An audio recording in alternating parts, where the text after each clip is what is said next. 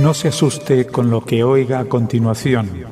Es el eco del pasado cuando empezaron las emisiones de Radio Sefarad a finales de enero del 2004 y cuyos informativos semanales hemos reunido para revivir lo que entonces pasaba desde la perspectiva de nuestro tiempo.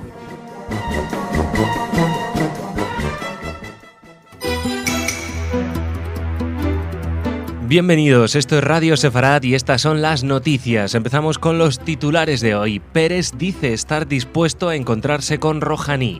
Netanyahu alerta que la paz con los palestinos está condicionada por el arma nuclear iraní. Lapid apoya un acuerdo de paz aun a costa de sacrificar la coalición de gobierno. Y terminaremos hablando de un histórico acuerdo sobre recursos hídricos para Israel, Jordania y la Autoridad Palestina. Estas son nuestras noticias y Jorge está aquí para comentarlas. Hola, Jorge. ¿Qué tal, Jordi? Luego en el segundo espacio, hoy no contamos con Raquel, en el espacio cultural seremos Jorge y yo quienes les hablaremos de esas noticias culturales. Pero empezamos hablando de la conferencia Global Business en Tel Aviv. El presidente de Israel, Shimon Peres, afirmó que está dispuesto a encontrarse con su homólogo iraní Hassan Rohani, señalando: yo no tengo enemigos, nosotros no consideramos a Irán un enemigo. Los enemigos no son un asunto personal, sino una cuestión de política. Hubo épocas en las que no nos queríamos encontrar, por ejemplo con Arafat, pero en el momento en que Arafat cambió su política, ¿por qué no?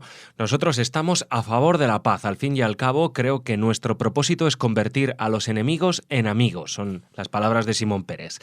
Recordemos que el presidente iraní Rohani se jactó que tras el acuerdo las cosas se habían dado la vuelta para Israel. Muchos trataban de aislar a Irán, pero observen, ¿quién está aislado hoy día?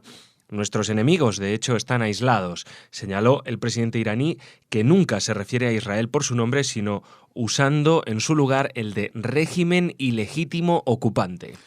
Bueno, sí, hoy las noticias, Jordi, son 4 noticias y todas tienen que ver con las relaciones de Israel con los palestinos, con Irán, con la política interna. Todos hacen referencia a lo mismo y no a lo mismo.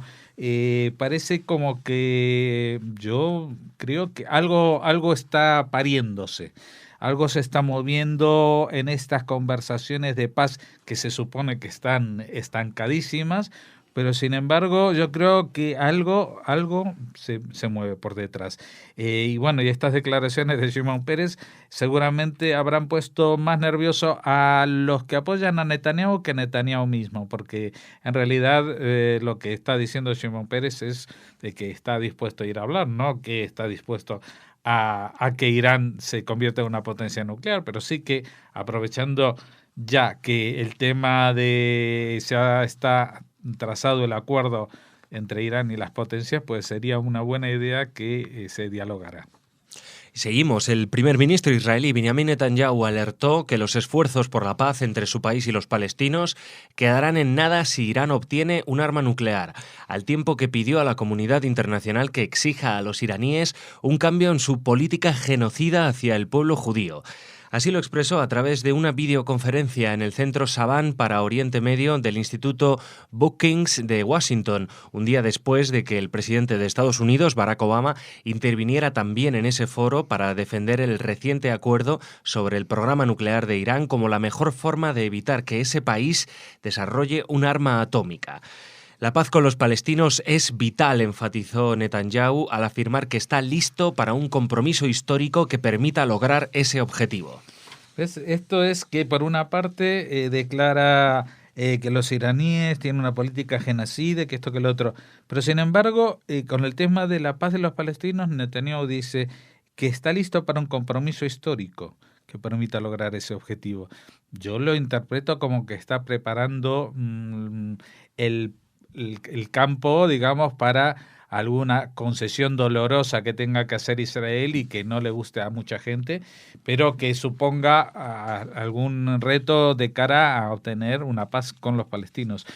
Aunque en este caso condicionada al tema iraní, que era el de la noticia anterior. Pero ahora en esta tercera noticia volvemos incluso al mismo sitio donde hizo la declaración Pérez, solamente que en la conferencia Global Business ahora habla otro personaje. Así es, en esa conferencia Global Business que destacamos a raíz de la declaración de Pérez, como decías, Jorge, el ministro de Finanzas israelí Yair Lapid manifestó que una solución negociada de dos estados es esencial para la supervivencia del Estado de Israel y prometió que no permitirá que nadie haga descarrilar el proceso de paz, instando al primer ministro a mostrar coraje histórico y alcanzar un acuerdo de paz con los palestinos, incluso a riesgo de que la coalición de gobierno se derrumbe. Declaración que debe entenderse como dirigida al partido nacionalista religioso Abait HaYehudi, Hogar Judío, que anuncia permanentemente licitaciones para la construcción de viviendas en los asentamientos de los territorios en disputa en un intento deliberado de minar las negociaciones de paz con los palestinos. No obstante, Lapid no eximió a los palestinos de culpa sobre cómo se han comportado en esta ronda de negociaciones. Las tácticas dilatorias y los estancamientos constantes son principalmente de los palestinos, aseveró. Ya ves, otra vez alguien que hace alusión al coraje histórico.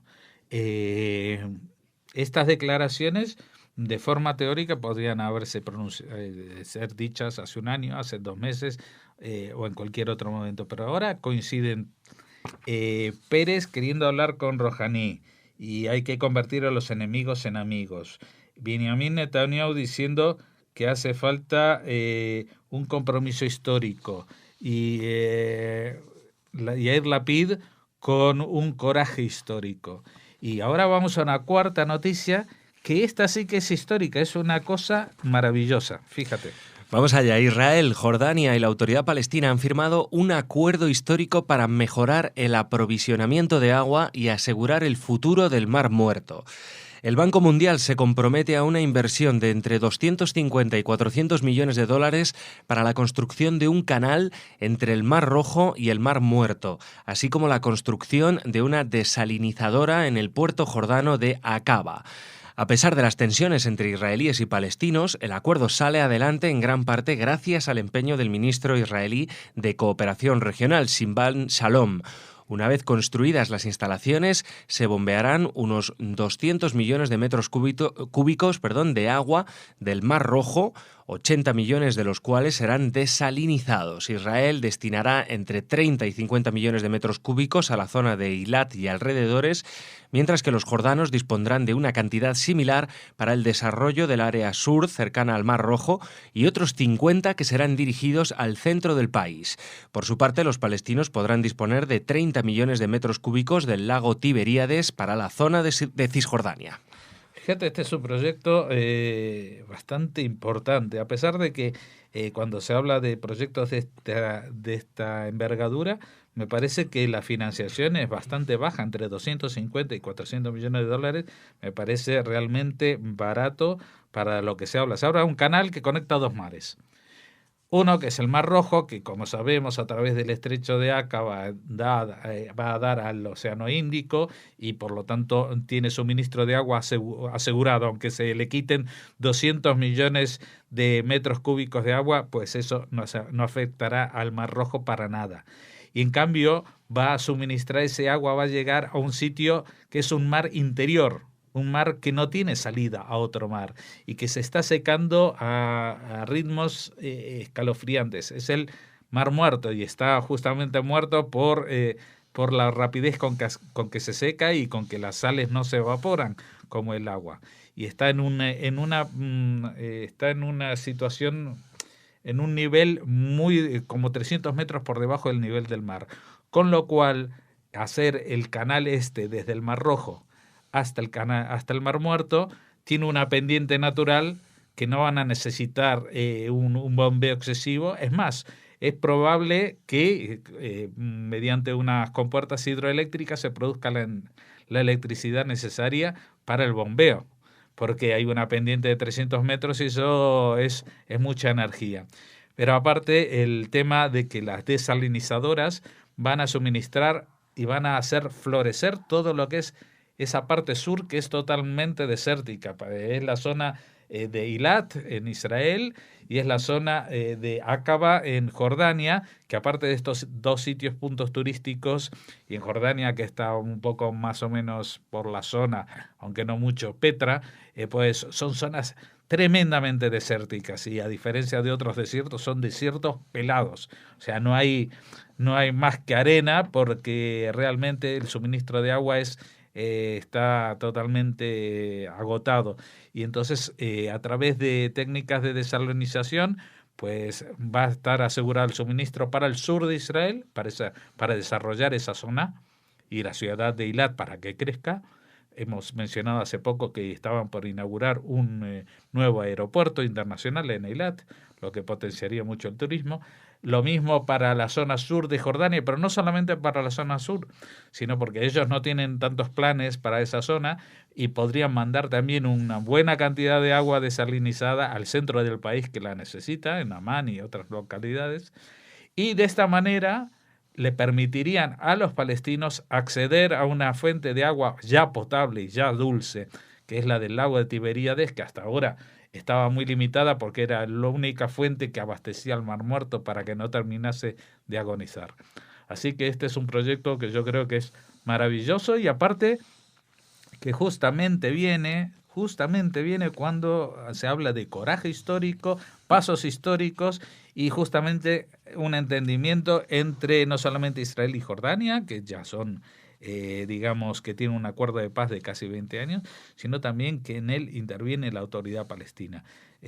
Ojalá todas las noticias fueran como estas. Bueno, Jorge, pues ahora hacemos una pequeñita pausa y volvemos con las noticias culturales.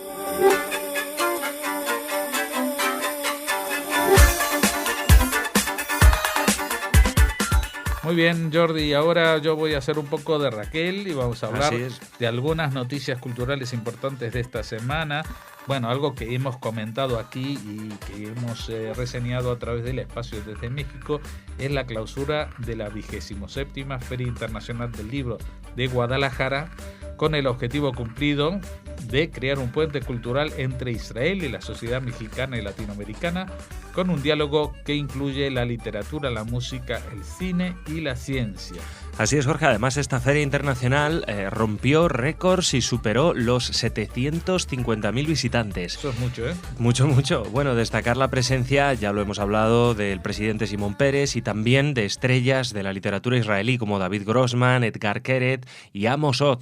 Para el recuerdo, lo que dijo Oz, quien se hizo presente en la feria con una entrevista pregrabada en la que expresó su profunda devoción por la literatura y por la capacidad que tiene para hacernos vivir situaciones que no son propiamente nuestras. Dijo, cualquiera de nosotros puede ser israelí o mexicano o judío. Esto es lo que hace la literatura.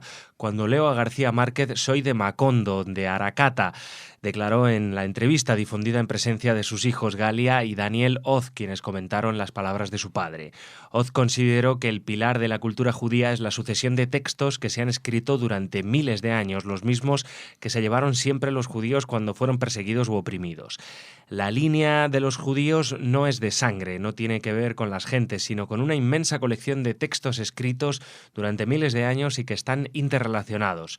Los textos son las pirámides de los judíos, sus catedrales son lo mismo que la Gran Muralla es para los chinos. Somos un pueblo de textos, fueron las palabras de Amos Oz. Increíble, muy buena la definición de que las palabras y los libros son las pirámides de los judíos. Y ahora vamos a otra noticia que tiene como protagonista también al continente americano, pero mucho más al sur. Tras clausurarse la feria, se ha confirmado que el país invitado a la Feria Internacional del Libro del próximo año será Argentina, por lo que seguro que el año que viene seguiremos hablando de autores judíos en la feria más importante del libro en castellano. Y seguimos hablando de cultura en español porque nos trasladamos al Instituto Cervantes de Gibraltar, que fue escenario ayer de un acto muy emotivo. El duque de Medina Sidonia, don Alonso González de Gregorio y Álvarez de Toledo, hizo entrega de un documento de desagravio al presidente de la comunidad sefardí de Gibraltar, James Levy, por los hechos acaecidos en 1474 al 1476, que terminaron con la expulsión de los españoles de religión judía. Bueno, Jorge, aquí se puede decir lo de más vale tarde que nunca, ¿no? Sí, porque sí. más de 500 años después... Bueno, aquí estamos, en el resto de España todavía no se ha producido este tipo de pronunciamientos. Bueno, dice las declaraciones del duque, dijo: soy el primer duque de Medina Sidonia que vuelve oficialmente a Gibraltar más de 500 años después de que este histórico enclave saliera definitivamente del señorío de mi casa en 1502, tras sucesión a sus señores naturales, los reyes de España. Este tránsito estuvo marcado por los hechos del segundo duque de Medina Sidonia, que contravino los naturales valores de lealtad y justicia naturalmente asociados a la idea de nobleza, al defraudar gravemente los firmes compromisos contraídos con los judíos conversos de Córdoba asentados en Gibraltar, causando con ello gran daño a muchos inocentes ante cuyos descendientes sentí la ineludible necesidad de pedir verbalmente público perdón. Hoy, ante la comunidad sefardí de Gibraltar, heredera, moral y en muchos casos genética de aquellos conversos andaluces que en 1474, huyendo de los crueles pogromos desatados en Andalucía, acudieron a refugiarse en esta ciudad, siendo apenas 2 años después expulsados por su otrora benefactor, mi antepasado, causándoles con ello irreparables daños morales y materiales. Me presento en su nombre, en el de la Casa Medina Sidonia y en el mío propio para expresar solemne petición de perdón. En el transcurso de este acto también, este acto de desagravio, el duque de Medina hizo entrega del documento de perdón en un pergamino en español y hebreo, diseñado por el artista linense Víctor Quintanilla, con la participación del calígrafo gibraltareño Benjamín Hassan. El acto de desagravio se enmarca en el ciclo de actividades Reencuentro Sefarad Gibraltar, en el que el Instituto Cervantes está llevando a cabo en su sede del Peñón para poner en valor el importante legado sefardí de Gibraltar, fomentar un mejor conocimiento de la cultura judía y profundizar en el estudio y legado de la cultura sefardí como parte integrante y viva de la cultura española actual. Bueno, y vamos a cerrar la agenda cultural de hoy contándoles que la actriz israelí Gal Gadot ha sido elegida para interpretar el papel de Wonder Woman en la próxima película de Superman que se llama, de Batman, porque es Batman versus Superman. Ah, sí. Y ella es Wonder Woman. Woman, una israelí llamada Gal Gadot. Así es, y Gadot es conocida por el público del género de acción por su participación en 3 de las secuelas de esta serie de coches a toda velocidad, ¿no? Fast and Furious, a todo gas, se tradujo aquí en España. Es una franquicia que recientemente perdía a uno de sus protagonistas, por cierto, en un accidente de tráfico. Bueno, este es un anuncio doble porque hasta el momento no se había confirmado que el personaje de la amazona Diana aparecería en esa segunda parte, para la que sí estaba confirmado Batman, del que se encargará Ben Affleck. No sin cierta polémica, a los seguidores de Batman no les ha gustado este actor. Bueno, la aparición de Gal Gadot como Wonder Woman supone el debut de esta superheroína en la gran pantalla. Debe ser de las únicas que faltan, ¿no, Jorge? Porque ya están los cómics de Marvel, yo creo que ya no queda ni uno. Bueno, pues podría ser además el primer paso para conseguir su propia saga, porque sabemos que luego ya hacen muchas películas de superhéroes. Hasta el momento la heroína, miembro de la Liga de la Justicia, solo se había dejado ver en series de televisión, como la protagonizada por Linda Carter, o también en películas de animación, claro. Esa serie de los años 70 que todos recordamos. Bueno, los que teníamos edad para recordarla. Y también te puedo contar que además de participar en Fast and Furious, Gadot fue Miss Israel en 2004. Y participó en Miss Universo, por lo que, bueno, podemos imaginarnos que tipazo no le falta para enfundarse el corsé y los pantaloncitos de la Mujer Maravilla. Bueno, pues sí, Jordi, una superhéroe israelí en este caso, que ya ha dado muestras de su potencia y de su belleza en la pantalla con Fast and Furious, y ahora puede ser que se convierta en la Wonder Woman de los niños del siglo XXI. Pues sí, veremos. Bueno, Jorge, pues aquí terminamos y hasta mañana. Hasta mañana.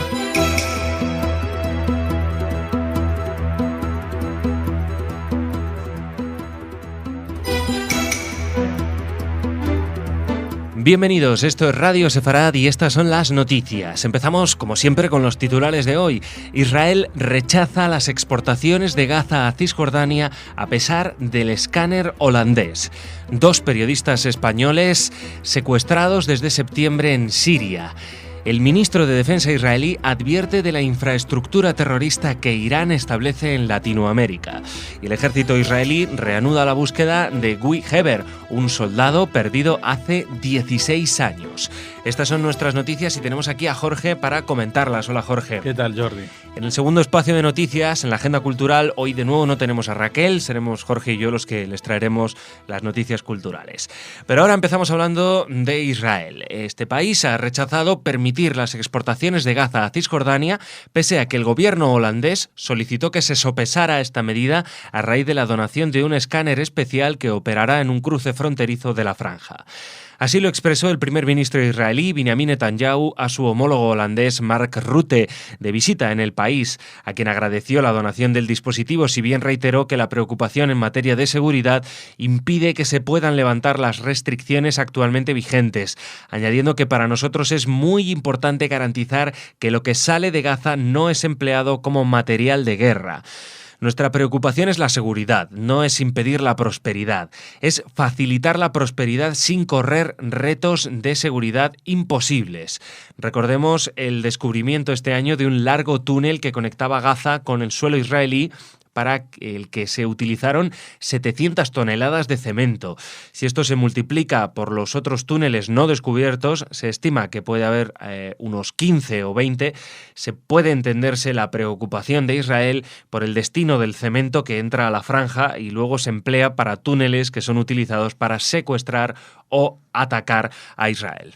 Bueno, esto respecto al cemento, y ahora se está hablando de exportaciones de movimiento de mercancías entre Gaza y Cisjordania que están restringidas o limitadas por el gobierno israelí.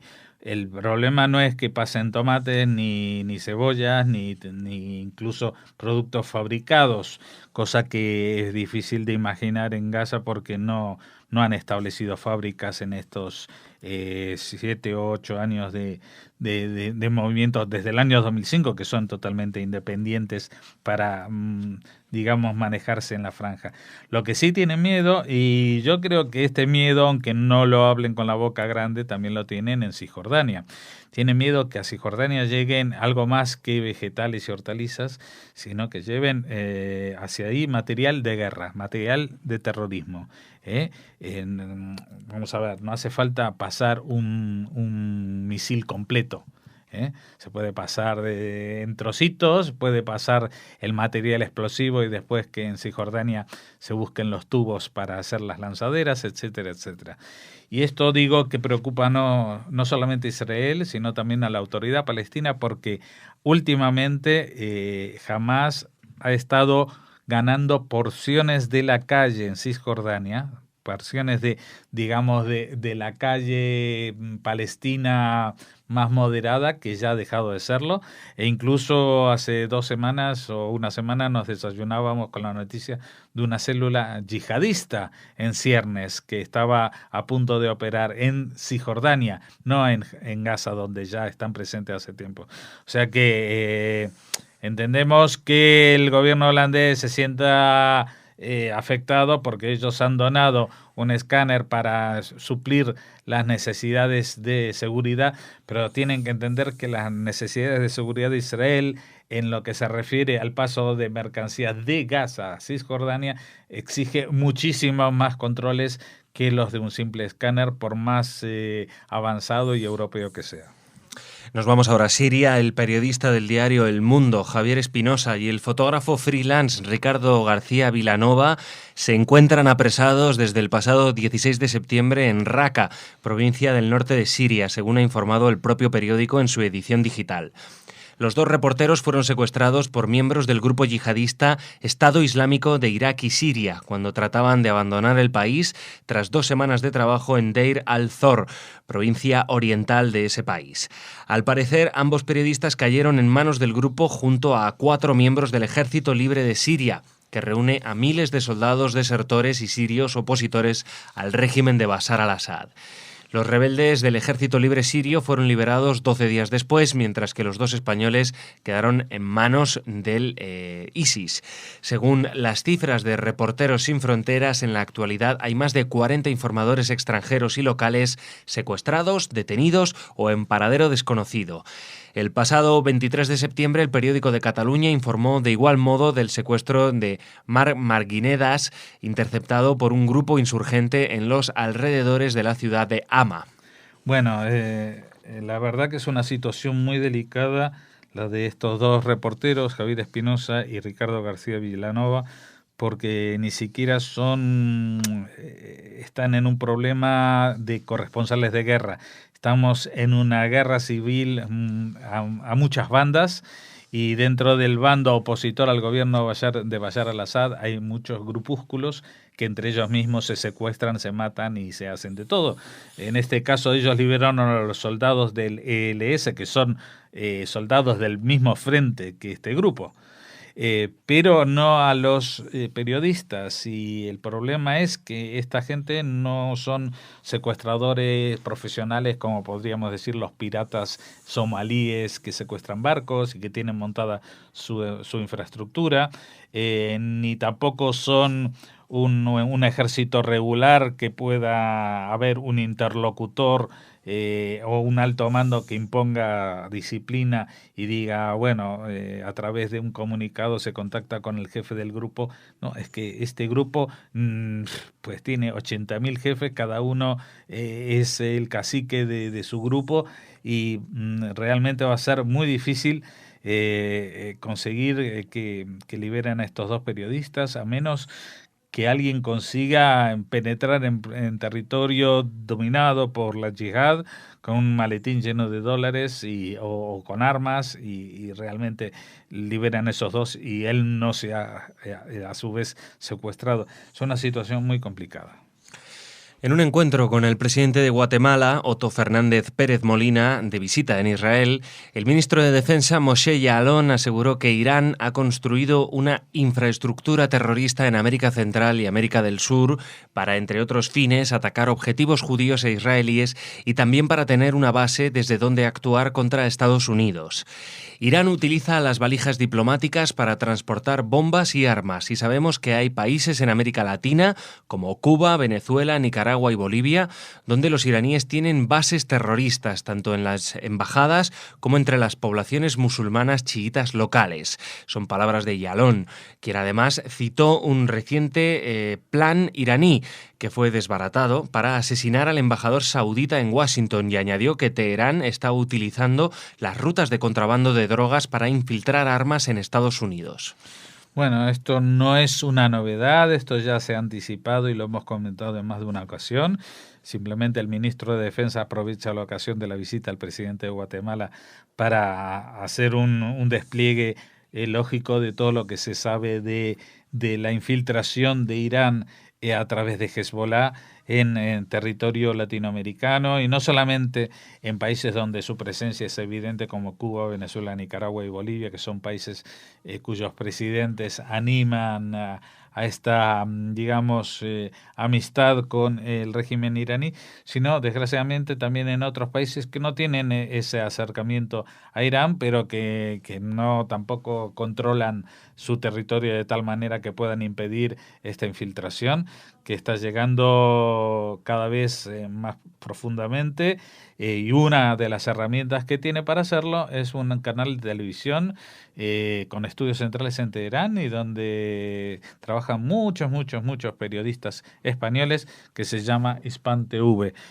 Así que, bueno, creo que España ha retirado de su satélite la señal de Hispan TV, pero yo no sé cómo habría que darle la vuelta para sin atentar contra las leyes y sin llevar a la gente al desempleo, pero aclararle a los periodistas españoles que trabajan para Hispan TV para quién están trabajando y cuál es la agenda que está detrás de su información. El portavoz del ejército israelí ha informado que se ha reanudado la búsqueda de Guy Eber. Se trata de un soldado de la unidad de artillería que desapareció el 17 de agosto de 1997 cuando salió de su base en los Altos del Golán. Ningún otro soldado del Tzahal ha estado perdido durante tanto tiempo y en un periodo de relativa calma, sin que se hayan descubierto pistas desde entonces. La familia sostiene que Guy está vivo en Siria, según el testimonio de una señora alemana que dijo haberlo visto cuando hace 6 años fue interrogada en Damasco por oficiales de inteligencia. La persona identificada como Eber le habló en hebreo para comprobar si conocía el idioma. Dicha ciudadana alemana se entrevistó más tarde con el jefe de la inteligencia alemana, que informó que su crónica era veraz. Ella indujo un cambio en el enfoque del ejército israelí que ahora se traduce en la reanudación de su búsqueda. Sí, realmente el caso de Guy Eber es un caso realmente llamativo y si me permites decirlo, pues esto se parece tanto a la serie Hatufim, a la serie de televisión Secuestrados, porque es un chico que desaparece y que 11 años después alguien lo reconoce entre los jefes de la inteligencia siria que están interrogando a una señora alemana sospechosa de ser espía o lo que sea. Ella es la que informa de que existe una persona que responde a esta descripción. Guy Eber era un chico en edad del servicio militar, un chico tranquilo e incluso, digamos, que no destacaba demasiado en nada, con 18, 19 años, cuando desapareció en 2007, en el 97. Y los primeros tiempos la búsqueda se centró en buscar si se había suicidado porque había salido con el arma, nadie había visto a dónde había ido, se buscaron en las cuevas de los alrededores y que esto que el otro, pero la madre de Guy Eber sigue diciendo de que ese fue el error, que tenían que haber hecho una incursión en Siria, que ella cree que el chico por alguna razón o fue secuestrado o entró por error en Siria y entonces ahí fue secuestrado. El tema es que sería realmente sorprendente encontrar alguna pista ahora, 16 años después, y sin que durante todo este tiempo se hubiera sabido nada de él. Lo que es más sorprendente es que ahora se reprenda la búsqueda, ¿no? Porque la noticia de la ciudadana alemana que lo reconoció fue hace 6 años. Entonces también llama la atención, pero existe una cierta lógica dado el avispero que es hoy en día Siria y que en los Altos del Golán no está el ejército sirio exactamente, no están las fuerzas de intermediación de Naciones Unidas, con lo cual puede ser de que ahora los israelíes tengan más posibilidades de investigar que hace unos años atrás. Bueno, Jorge, pues en este punto terminamos las noticias, la primera parte de las noticias, porque ahora, en un segundito, tras una pequeña pausa, les vamos a contar unas cuantas noticias culturales.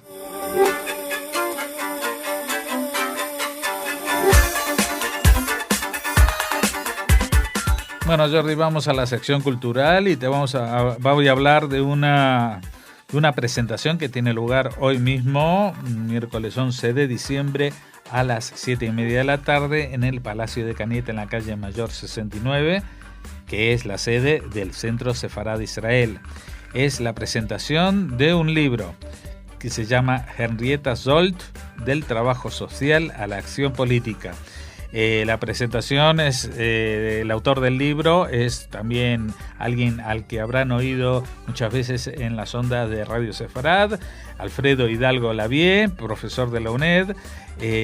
Y si quieres, cuéntanos un poquito más sobre este libro. Sí, más detalles del libro. Está publicado por la editorial Certeza y este libro nos habla de un aspecto sobre el origen de la profesión y disciplina del trabajo social, bastante desconocido incluso para los académicos y profesionales en ese campo, que posiciona las instituciones portoestatales del Estado de Israel como las pioneras en crear el Departamento de Trabajo Social bajo la dirección de esta mujer, de Henrietta Szold. Culminado con el primer curso de formación impartido en Jerusalén en 1934.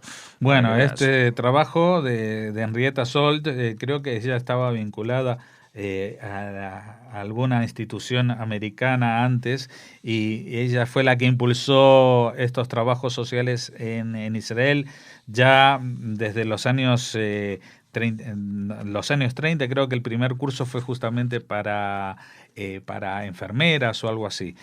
Van a estar, entre otros, el que escribió el prólogo del libro, que es nada menos que el embajador de Israel, también el director general del centro, Miguel de Lucas, el profesor Miguel Ángel Ruiz de Azúa, que es el decano presidente del Colegio Nacional de Ciencias Políticas y Sociología, y Ana Lima, que es presidenta del Consejo General de Trabajo Social, además de, por supuesto, el propio autor. Así que hoy a las 7:30 estén allí en el Centro Sefarad de Israel.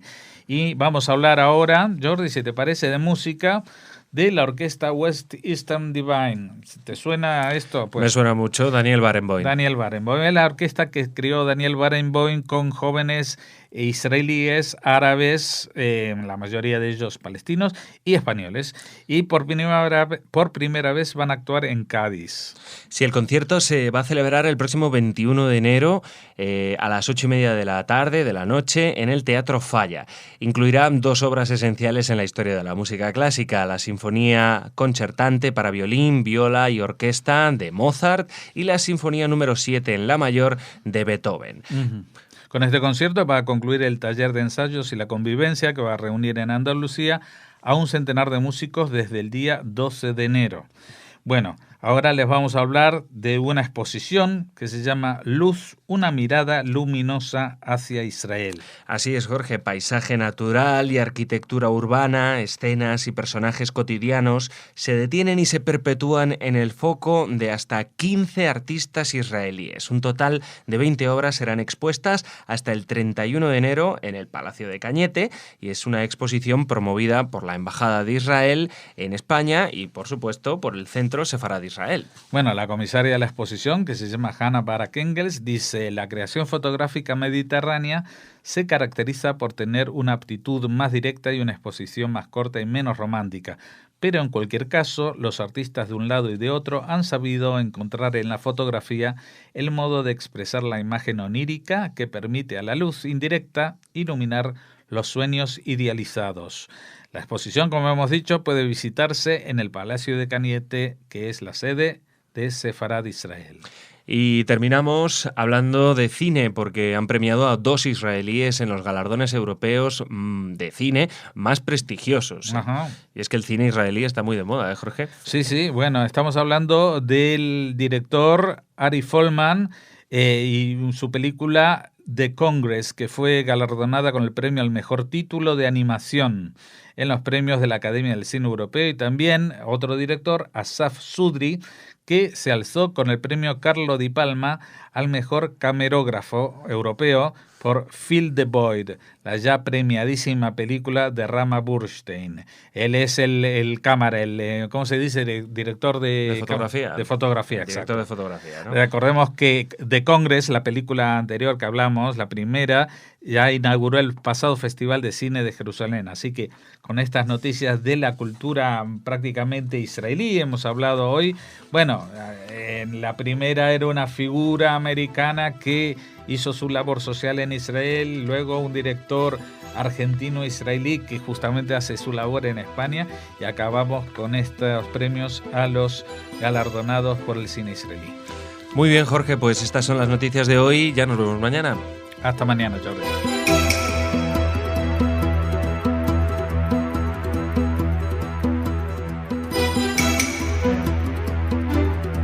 Bienvenidos, esto es Radio Sefarad y estas son las noticias. Empezamos con los titulares de hoy.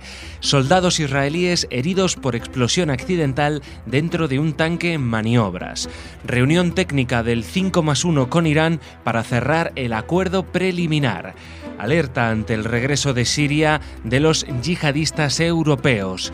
y primera piedra de la primera sinagoga ortodoxa en Puerto Rico. Estas serán nuestras noticias de hoy y ya lo saben, es Jorge el que nos acompaña para comentarlas. Hola, Jorge. Hola, para comentarlas ahora y luego para comentar juntos las culturales. Así es, esperando a Raquel, que la seguimos esperando un poquito, seguimos siendo nosotros, tendrán que aguantarnos un día más con las noticias culturales. Pero empezamos en Israel. 4 soldados israelíes resultaron heridos a raíz de una explosión que se produjo dentro del tanque en el que realizaban un ejercicio de entrenamiento de rutina en el sur de la meseta del Golán, cerca de la frontera con Siria. 2 helicópteros militares evacuaron a los soldados al hospital Rambam de Haifa. 2 de los soldados sufrieron graves heridas, un tercero resultó con heridas moderadas y el cuarto con lesiones leves a raíz de la inhalación del humo. Al parecer, un proyectil se atascó en el cañón del tanque y cuando el equipo trataba de extraerlo, este se rompió, desparramando la pólvora en el interior del tanque. Los soldados siguieron con las maniobras, en cuyo transcurso tuvieron que reemplazar el cañón de una ametralladora pesada que depositaron caliente cerca del contenedor que alojaba la pólvora del proyectil roto y que acabó inflamándose. Pese a estas explicaciones, el ejército ha puesto en marcha una investigación más a fondo sobre el incidente. Bueno, estas son cosas que ocurren especialmente cuando uno tiene que trabajar con materiales de guerra y es un ejército que se entrena para situaciones reales de combate y no lo hace solamente con simuladores. Desgraciadamente estas cosas suceden. En este caso fue muy aparatoso porque aparte alcanzó a todos los que estaban dentro de ese mismo tanque. Y seguimos, representantes del Foro 5+1 e Irán continúan hoy con sus discusiones a nivel técnico sobre varios aspectos relativos a la aplicación del acuerdo preliminar que alcanzaron el 24 de noviembre ambas partes para detener el avance del programa nuclear iraní. Ambas partes llevan reunidas desde el lunes en Viena para tratar de cerrar algunos flecos del acuerdo preliminar de noviembre para que se pueda aplicar el acuerdo preliminar alcanzado, así como el momento en el que la Agencia Internacional de la Energía Atómica comenzará sus inspecciones exhaustivas, lo que podría producirse a partir del mes de enero. También tratarán sobre la central nuclear de Arak, en la que se podría fabricar plutonio con fines militares, y del calendario para que ambas partes avancen en sus compromisos. Bueno, esta noticia realmente no tiene tanto peso, simplemente informar o, digamos, reiterar que el tema de este acuerdo o preliminar del 5+1 con Irán sigue adelante. En este caso, sí que Irán está colaborando, por lo menos en hablar. No sabemos si eso va a dar pie a que realmente se permita una inspección sin trabas y sin ningún tipo de condicionantes de la Comisión de Energía Atómica, que es lo que en definitiva viene a ser el punto importante de todo este acuerdo. Los servicios de inteligencia europeos y americanos observan con preocupación el regreso de algunos combatientes yihadistas europeos que viajaron hasta Siria para unirse a grupos extremistas islámicos en su lucha contra el régimen de Bashar al-Assad y advierten que algunos de ellos estarían planeando ataques terroristas. Las fuerzas de seguridad británicas y francesas han realizado recientemente varios arrestos relacionados con el terrorismo islamista, concretamente de individuos con vínculos con las milicias extremistas que combaten en Siria. El número total de yihadistas europeos que han viajado hasta Siria es difícil de calcular, pero servicios de seguridad y académicos los cifran en 1.000 o más, además de varias docenas llegadas desde Estados Unidos. Sin embargo, el país desde el que se han salido más yihadistas es el Reino Unido, al menos unos 200 combatientes. En España, 5 yihadistas enviados a Siria por la red de captación y reclutamiento desarticulada a finales de junio en Ceuta, 3 de ellos españoles, se inmolaron en atentados suicidas, creando un efecto llamada entre los integristas de la ciudad autónoma, según el auto de prisión del juez que dirigió la operación. Los miembros de esta red pertenecían a una estructura con conexiones internacionales en Marruecos, Bélgica, Turquía y Siria, que se dedicaba a captar y enviar combatientes al país árabe para hacer la yihad, integrándose en organizaciones terroristas e inmolándose. Bueno, el problema, Jordi, es que no es que viajaron 1.000, sino que van a volver 900, 800. Los que vuelvan son bombas de relojería que van a vivir entre nosotros. Son gente que ha ido allí con el objetivo de inmolarse por el Islam. Y si vuelven es porque no lo han conseguido o porque los han reservado y han visto los yihadistas de Siria, les habrán dicho, tú en vez de reventar aquí, que está lleno de árabes, ¿por qué no vas a tu país, que hay muchos más infieles a los que matar? Así que estamos en un problema muy gordo aquí en Europa con toda esta gente, a menos, porque esto también es muy fácil de saber, o sea, todos los servicios de inteligencia de Europa saben quiénes son los que viajan y quiénes son los que vuelven. Entonces, el tema es si se va a hacer algo con esa información o se van a poner en plan, no, esto va en contra de la libertad de expresión, la libertad de movimientos, y mientras no se juzgue esta persona no es culpable de nada. Pues mire usted, alguien que va a entrenarse a un campamento, a una guerra yihadista y vuelve con ese entrenamiento, habría que replantearse cuál es el límite, y lo digo con conocimiento de causa, cuál es el límite de los derechos humanos cuando hay una persona cuyo objetivo es atentar contra el más básico de ellos, que es la vida humana. Y terminamos en otro punto muy diferente del planeta. En la isla de Puerto Rico se ha colocado la primera piedra de lo que será la primera sinagoga ortodoxa del país, un proyecto impulsado por Chabad, uno de los movimientos jasídicos de más rápido crecimiento en el mundo, que requerirá la inversión de $5,5 millones y supondrá un aliciente para los judíos ortodoxos que viven en la isla caribeña y para los que la visitan como turistas. El nuevo espacio se levantará en Isla Verde, en las afueras de la capital del país, San Juan. En Puerto Rico existe una sinagoga reformista desde los años 60 y otra conservadora desde los 40, pero ninguna construida expresamente por judíos ortodoxos. Según sus responsables, el nuevo centro servirá a los más de 2.000 judíos que viven en las inmediaciones, así como a los miles de judíos que cada año visitan a este país asociado a los Estados Unidos como Estado libre. Bueno, esto servirá si algún día, yo qué sé, Jennifer López o alguno de estos de pronto deciden hacerse judíos, o alguno de ellos con origen judío, de estos puertorriqueños que triunfan en Estados Unidos, recuperar su tradición. Bueno, es una broma, pero resulta difícil imaginárselo gráficamente en un país como Puerto Rico, con el calor, con el Caribe, vestidos de negro, con sus sombreros y con sus patillas en tirabuzón. Pero bueno, hay sitio para todo, y Puerto Rico, aparte de ser de un país de tradición hispana, es un estado libre asociado a Estados Unidos, por lo cual ya conoce muy bien lo que son los judíos desde hace mucho tiempo. Bueno, Jorge, pues aquí terminamos con esta primera parte, una pausa pequeñita y regresamos hablándoles de cultura.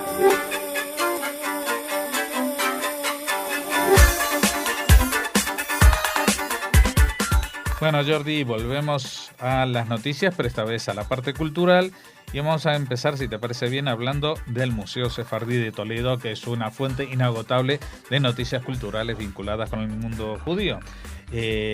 Una de las atracciones del programa Las Culturas del Libro, un viaje a Toledo, ciudad de las tres culturas.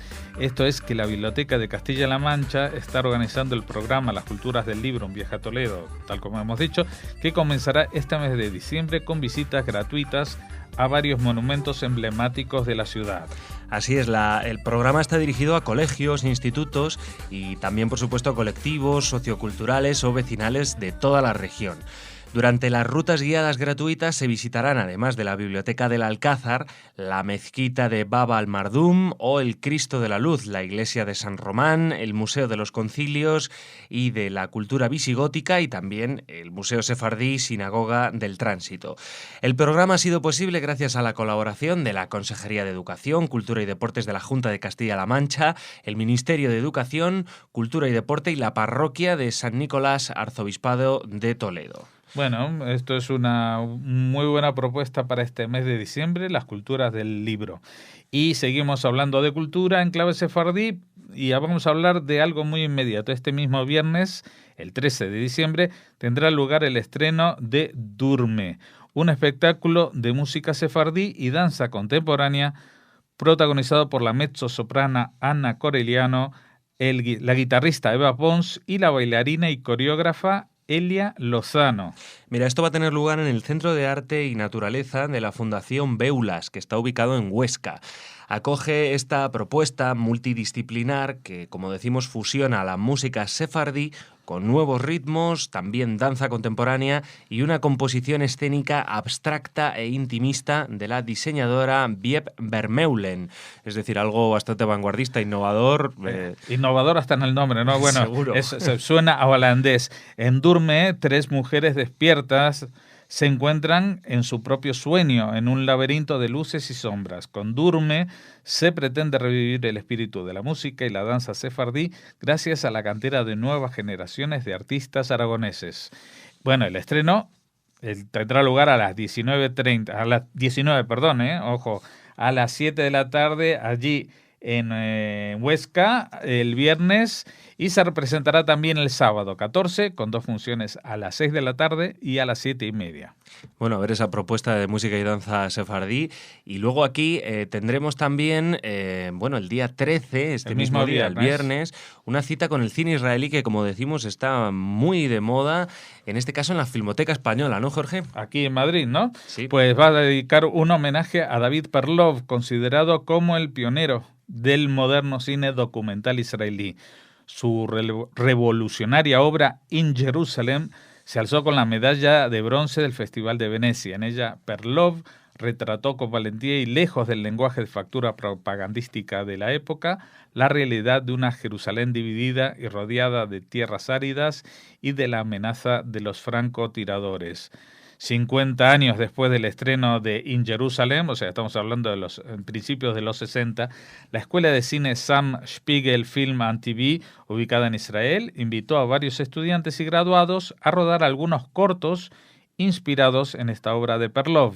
Al final son 9 obras de metraje breve que hacen una especie de diálogo intergeneracional con un autor de referencia y con una ciudad que ha experimentado sensibles cambios políticos, demográficos, económicos y culturales.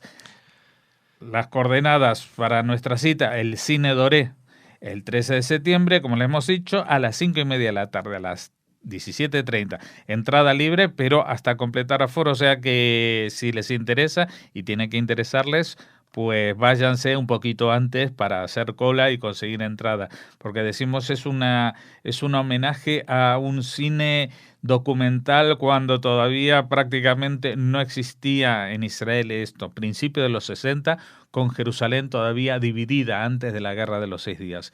Además me imagino, Jorge, que podrás contemplar la diferencia, ¿no? En 60 años, increíble lo que habrá cambiado Jerusalén. Sí, y no solamente porque una estará rodada en color y otra en blanco y negro, sino que realmente la Jerusalén de hace 60 años seguramente se verá muy distinta a la actual, aunque hay partes, Jordi, que en 2000 años no han cambiado y se supone que los próximos 2000 tampoco cambiarán mucho. Y con esto, esto ha sido la información cultural que hemos abordado hoy. Muy bien, pues mañana habrá más noticias aquí en Radio Sefarad con Jorge, por supuesto, y les esperamos. Hasta mañana, Jorge. Hasta mañana, Jordi.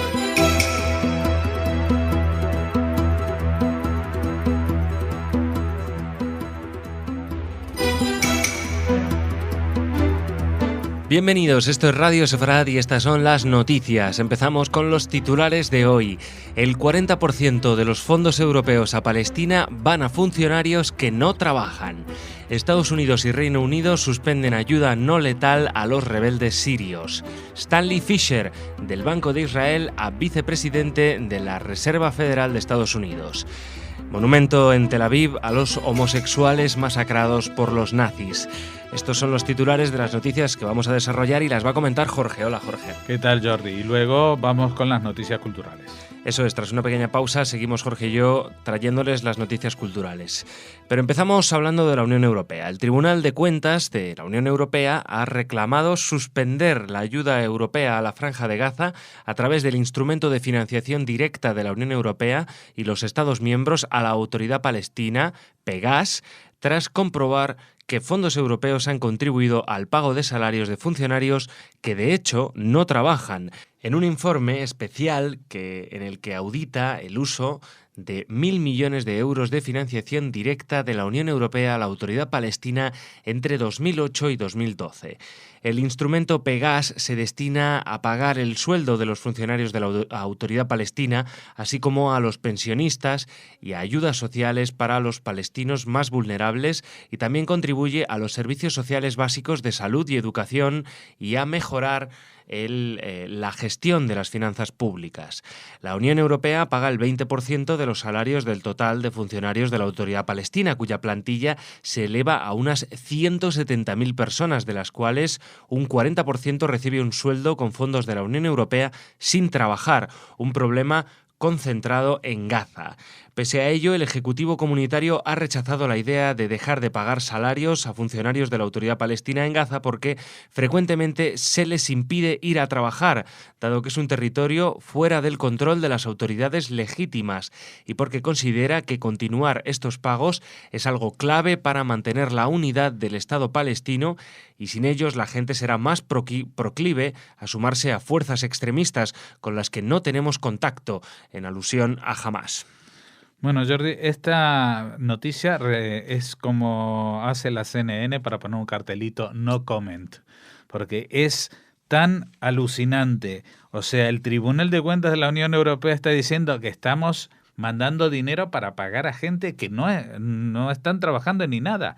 Y encima todo esto se vende como que es para ayudar a la gente, para que no haya problemas, para los servicios sociales básicos de salud y educación y a mejorar la gestión de las finanzas públicas.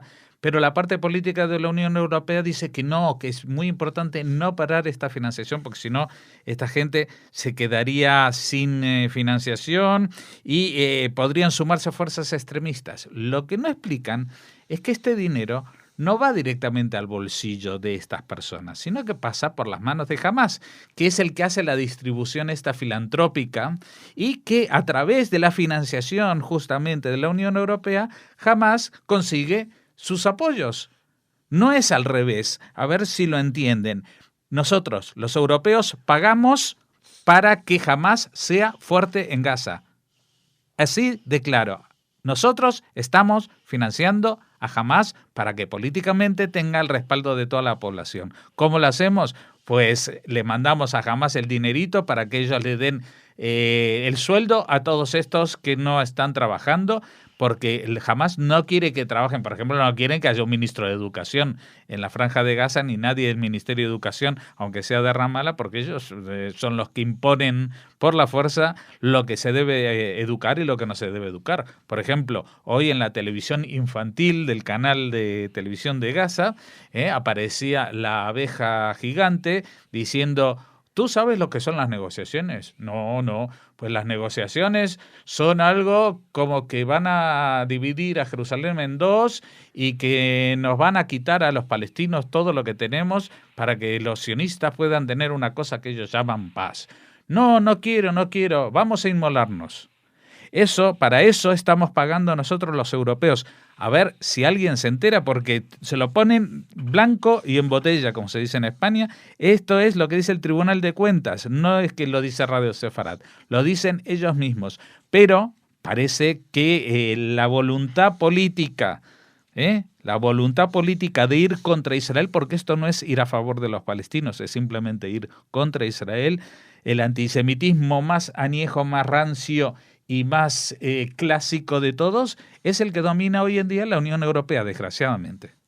Estados Unidos y Reino Unido han decidido suspender la ayuda no letal destinada a la oposición siria en el norte del país. Esta semana, rebeldes islamistas se hicieron con el control de las bases que pertenecían al Ejército Libre Sirio, que han recibido apoyo de países occidentales.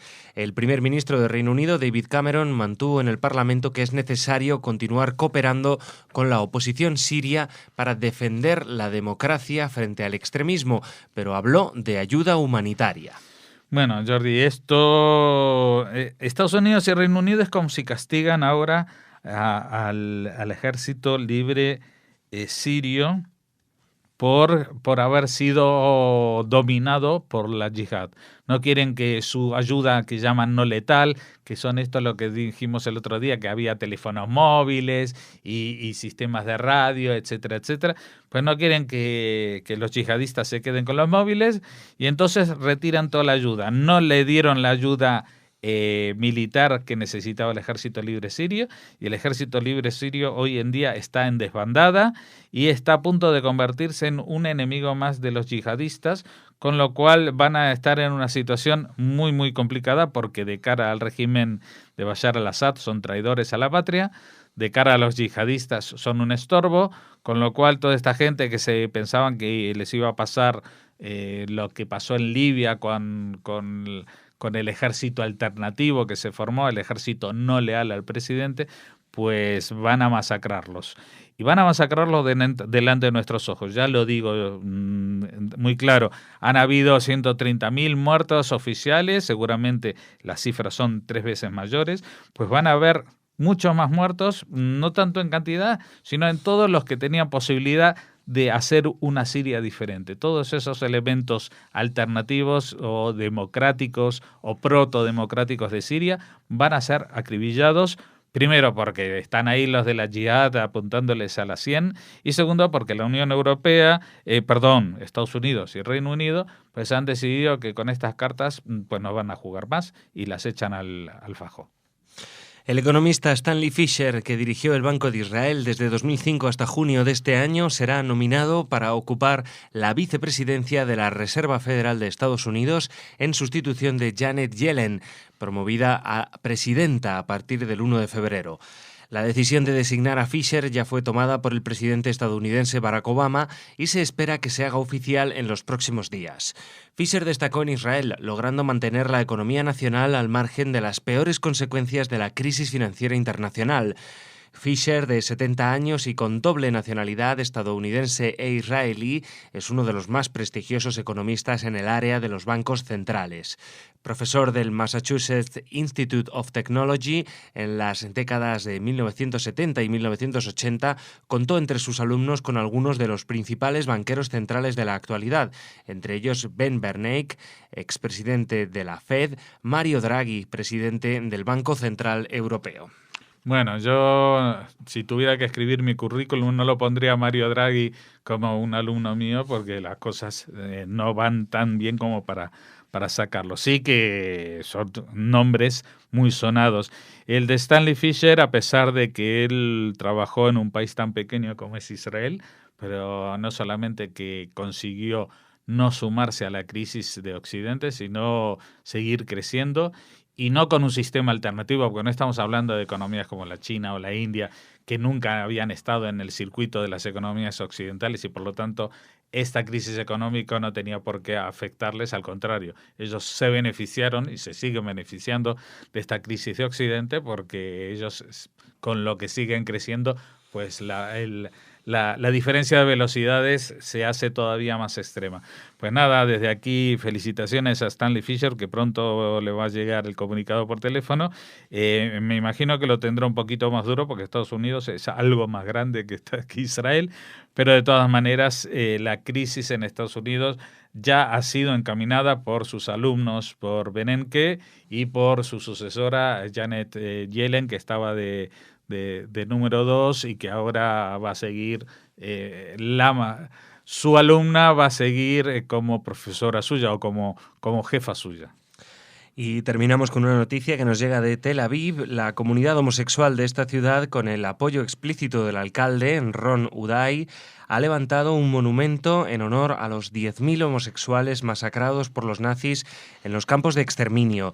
Se trata de un triángulo de cemento rodeado de una banda de color rosa en pleno centro de la urbe.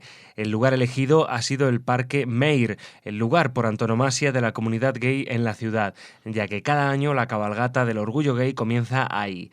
La forma del monumento recuerda a los triángulos de tela rosa que los prisioneros homosexuales debían llevar en los campos de concentración. Sí, Jordi, y la verdad que no lo he comprobado, pero creo que es el primer monumento que hay en el mundo recordando a los homosexuales masacrados en los campos de concentración. Así que desde aquí nuestra solidaridad, nuestra felicitación a la ciudad de Tel Aviv por erigir este monumento hacia esas víctimas de la Shoah que a veces no entran en el recuerdo porque era un colectivo que solo entre comillas fueron 10.000 los masacrados, pero ellos fueron masacrados no por ser judíos, no por ser gitanos, no por ser enfermos mentales, sino por su propia opción sexual de homosexuales. Así que también desde aquí nos gustaría que los colectivos homosexuales del mundo reconociesen el valor que tiene una ciudad como Tel Aviv para hacer un monumento de este tipo. Y lo decimos porque, por ejemplo, hace 2 años la Marcha del Orgullo Gay en Madrid prohibió la presencia de una carroza de Tel Aviv porque decían que era del país no sé qué, que no sé cuándo. Bueno, es el único país del mundo que ha hecho un monumento a las víctimas homosexuales de los nazis. A ver, si aquí hacen un monumento, pues podremos hablar. Muy bien, Jorge, pues vamos a hacer una pequeña pausita y volvemos con noticias culturales.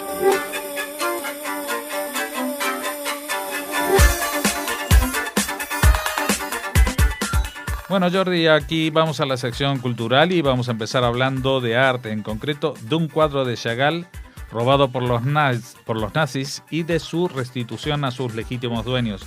¿Te acuerdas de este caso del que se habló, del tesoro de los cuadros de Múnich, de este señor que tenía muchísimos cuadros en su casa y que fue detenido? Y bueno, parece que algunas de sus obras ya se sabe quiénes eran los dueños. Sí, siempre es un tema polémico este del patrimonio de aquellos judíos. En este caso, la familia Blumstein ha reconocido como propio el cuadro Escena Alegórica, un Chagall no catalogado hasta el momento, que fue hallado en el piso de este anciano al que hacía referencia, Cornelius Gurlitt, en Múnich, donde, como recordarán, la policía descubrió un tesoro artístico de más de 1.400 obras. Y fíjate, un cuadro no catalogado de Chagall, además. Bueno, este cuadro, realizado por Chagall, forma parte de las obras que le fueron robadas a la familia Blumenstein en 1941, cuando la Gestapo confiscó su casa en Riga, en Letonia, y las obras de arte que había en ella. Así consta en documentos registrados en la Oficina para la Reparación de las Víctimas, que se encuentran ahora en el Archivo Estatal de Berlín.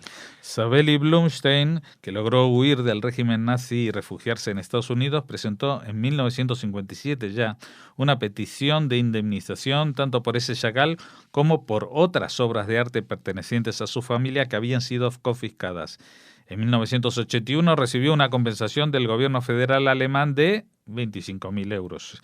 Aunque según diferentes medios los expertos estiman que en la actualidad el precio del Chagall, solo del Chagall, podría alcanzar el 1.000.000 de euros. Imagínate, estando sin catalogar. Pues Savelli Blumstein falleció en 2009 esta señora y hablaba a menudo de sus descendientes de este lienzo, así como de otras obras de arte que le habían sido robadas por los nazis. Hildebrand Gurlitt, el padre de Cornelius Gurlitt, de este señor, aseguraba que el Chagall se lo habían regalado en 1943. Sí, seguramente. Regalado. Bueno, las autoridades alemanas que guardaron en secreto durante más de un año el tesoro hallado en el piso de Cornelius Gurlitt, me imagino que de alguna manera se veían venir lo que les iba a caer. También investigando su procedencia, por supuesto. Bueno, analizan la posibilidad de que 970 obras de las más de 1.400 encontradas sean piezas robadas por los nazis o confiscadas en museos y galerías al ser considerado, como lo sabemos, arte degenerado. Temen en concreto que 590 sean cuadros robados, por lo que han decidido presentarlos en Internet. Y les damos la dirección: www.lostart.de, es decir, arte perdido, ¿no? En inglés, lostart.de, con la esperanza de recabar información sobre sus posibles propietarios. Bueno, este cuadro, la escena alegórica de Chagall, está incluido en ese grupo, por lo que ahora los Blumstein podrán reclamar por fin su restitución a la Fiscalía de Augsburgo, que es la que se encarga del caso. Y vamos a seguir hablando de arte, que nos vuelve a citar también, de alguna manera, en los años del terror nazi. Estamos hablando del Centro de Arte Moderno de Madrid, que presenta una instalación llamada Barracón del artista Juan Carlos Albert hasta el próximo miércoles 18 de diciembre. Esta instalación ocupa 2 salas y simula un campo de concentración. Así es, la primera sala representaría el exterior de los barracones, el exterior entre barracones, con gravilla en el suelo y una proyección continua de fotos. Tras pasar por el hueco de la fachada a la sala interior, los visitantes encuentran un espacio desnudo, con 2 literas de 3 camas cada una y 2 inodoros. No hay música, no hay ruidos, solo la soledad de estar ahí, oyendo pisadas en la gravilla. Barracón es, pues, un intento de representación de la Shoah, algo siempre delicado y que muchos consideran, como saben, imposible. Este autor, Juan Carlos Albert, no es ajeno a esa dificultad y, de hecho, ha comentado a nuestra redacción que sé que solo se puede reproducir una mínima parte del sufrimiento, pero si se atisba algo ya es suficiente. Bueno, y terminamos la agenda cultural de hoy, viernes, como habitualmente, con una recomendación literaria que en este caso es múltiple. Ahora entenderán por qué les decimos esto. Les hablamos de varios libros. En primer lugar, la editorial Siruela lanza una nueva colección con el fin de reunir la obra de una de las escritoras fundamentales de la literatura contemporánea, y que precisamente hablábamos de ella ayer en nuestro espacio desde Brasil con Alberto Milkevich. Es la escritora brasileña Clarice Lispector. Y esta mujer nació en un lugar que casi no puedo pronunciar su apellido, Jorge. Chechelnik, en Ucrania en 1920 y murió en Río de Janeiro en 1977. Y sorprendió a la intelectualidad brasileña con la publicación en 1944 de su primer libro llamado Cerca del corazón salvaje, en el que desarrollaba el tema del despertar de un adolescente. Lo que entonces se consideró una joven promesa de tan solo 19 años se convirtió en una de las más singulares representantes de las letras brasileñas, a cuya renovación contribuyó con títulos tan significativos como La hora de la estrella, Aprendizaje o El libro de los placeres, o su obra póstuma Un soplo de vida, todos ellos ya publicados en Siruela. Los 2 primeros títulos de la novedosa biblioteca Clarice Lispector son La pasión según G.H. y Cuentos reunidos. A finales de 2013 se publicará también Agua viva y más adelante se irán reeditando todas las obras claves de esta autora, siempre por Siruela, que es una editorial, Jorge, que siempre nos trae muchos libros de temática o de autoría judía, ¿verdad? Sí, pero lo que más trae es obras de calidad, y entre ellas pues también algunas de temática judía. Pues esto es las noticias culturales de hoy, Jordi, y estamos muy contentos de que por fin Clarice Lispector también sea conocida por el público español. Muy bien, pues nada más, Shabbat Shalom, Jorge. Shabbat Shalom, nos vemos después del fin de semana. Hasta el lunes, volveremos, ya saben, con noticias diferentes, esas noticias de los lunes, y a partir del martes con la actualidad como siempre, pero también muchos programas muy interesantes este fin de semana, no se los pierdan.